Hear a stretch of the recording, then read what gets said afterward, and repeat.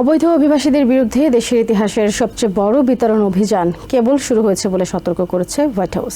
সোমবার সংবাদ সম্মেলনে white house press secretary Caroline Leavitt বলেন, প্রথমবারের মতো ফ্লোরিডায় বহু সংস্থার সমন্বয়ে অবৈধ অভিবাসীদের বিরুদ্ধে অভিযান পরিচালিত হয়েছে। ওই অভিযানের প্রথম 4 দিনেই প্রায় 800 জনকে গ্রেফতার করা হয়েছে। প্রেসিডেন্ট ট্রাম্পের বড় অ্যাডভাইজার টম হোমেন জানিয়েছেন, এখন পর্যন্ত 139,000 অবৈধ অভিবাসীকে দেশ থেকে বিতরণ করা হয়েছে। কোনো অবৈধ অভিবাসীর সন্তান আমেরিকার নাগরিক হলেও আইন থেকে রেহাই মিলবে না বলে আবারও হুঁশিয়ারি দেন তিনি।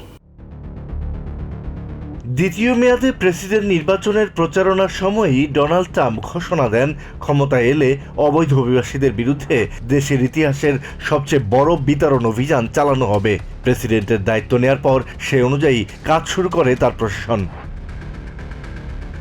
তবে ট্রাম্প প্রশাসনের দাবি, বড় পরিসরে বিতরণ অভিযান কেবল শুরু।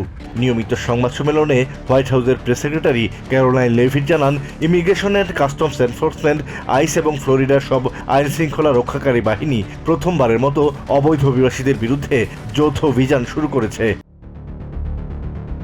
লেভিট জানান, গ্রেফতারকৃতদের মধ্যে অপরাধী সংগঠন MS-13 এবং 13 স্ট্রিট গ্যাংয়ের সদস্য রয়েছে। এছাড়া ট্রেন্ডে এরাগোয়া গ্যাংয়ের বিরুদ্ধে জাস্টিস ডিপার্টমেন্ট এবং হোমল্যান্ড সিকিউরিটি ডিপার্টমেন্ট যৌথ অভিযান চালিয়েছে বলে জানান তিনি। হোয়াইট হাউসের মুখপাত্র আরও বলেন, অপারেশন টাইডাল ওয়েভ দেশজুড়ে অবৈধ অভিবাসীদের বিরুদ্ধে ব্যাপক অভিযানের একটা পূর্বাভাস। বর্ডারজার টম হোমেন দাবি করেন, প্রেসিডেন্ট ট্রাম্প দায়িত্ব নেওয়ার 99 দিনেই সীমান্ত সুরক্ষায় নজিরবিহীন সাফল্য এসেছে। সীমান্ত ব্যবস্থাপনায় বাইডেন প্রশাসনের তুলনায় বর্তমান প্রশাসনের সাফল্যের তুলনামূলক চিত্র তুলে ধরেন হোমেন।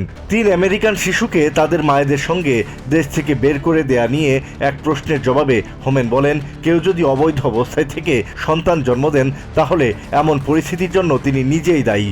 হোমেন দাবি করেন, ওই শিশুদের মায়েরাই তাদের সন্তানদের সঙ্গে নিয়ে যেতে চেয়েছে।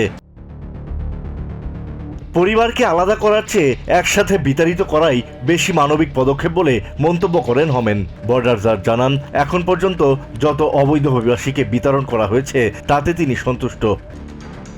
Asad real, TVN 24 news desk. New York থেকে সম্প্রচারিত TVN 24 টেলিভিশন বিশ্বজুড়ে বাঙালির কণ্ঠস্বর।